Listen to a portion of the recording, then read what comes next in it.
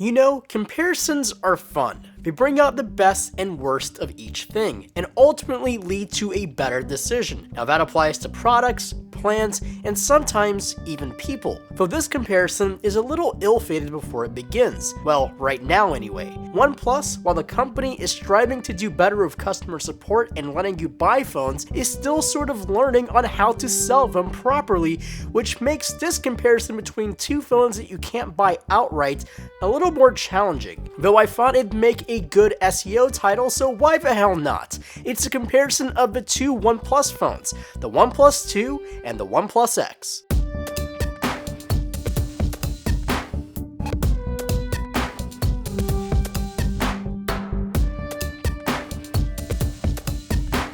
These two phones are pretty important to the OnePlus line. Why?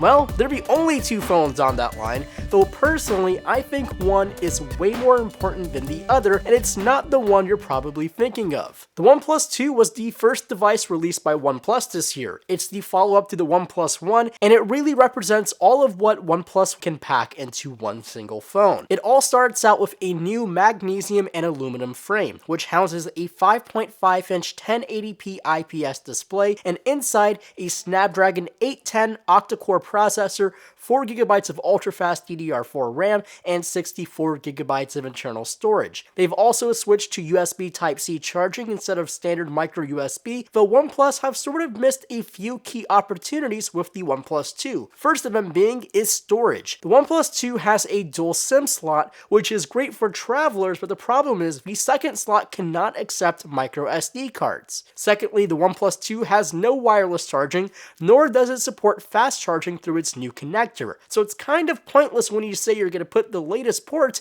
and even the transfer speeds are still USB 2 speeds and not USB 3. There are a couple others like no NFC, which means mobile payments will never see the light of day on the OnePlus 2. But when you consider the price tag of right under $400, it's still a fantastic deal. Now over to the latest OnePlus device, the X. This is on a whole other level in terms of build. Unlike the OnePlus 2, the X features a sealed construction. It's wrapped in glass on both sides, or in some cases ceramic on the back. It has a beautiful metal frame around the sides, and it features a smaller yet very powerful 5-inch Amoled panel on the front. Its resolution is the same at 1080p, which means it's a more crispy and pixel-dense panel than its larger brother, and internally it packs a lot of the same hardware as featured on the original OnePlus 1. A Snapdragon 801 quad-core processor, 3GB of RAM, and 16GB of internal storage. Though OnePlus have sort of done this phone properly when it comes to storage. While it only has 16GB of built-in memory, it does have a dual SIM slot that also accepts micro SD cards on the second slot. Now the X doesn't come with NFC, wireless charging, fast charging, or anything super fancy.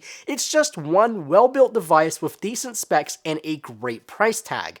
A really great price tag, $249. Yeah, it's really hard to believe that all of this comes for just that. And to me, and I'm pretty sure a lot of people out there, the OnePlus X is definitely the better looking product of the two. Now when you look at the software experience between these two, you'll basically find they are exactly the same. They both run the same version of Android Lollipop, they both run the same version of Oxygen OS 2.1, and they all run smooth as butter. And to be honest, I think the experience on the X is just a little bit better, but that's mainly because you have an AMOLED panel and it just looks damn good. Camera-wise, these two share the same 8-megapixel front-facing camera, but on the rear things are slightly different. They both have a 13-megapixel rear shooting camera, but the OnePlus X is limited to 1080p video, while recording on the OnePlus 2 can shoot full-blown UHD 4K. That may very well be the biggest downfall between the OnePlus 2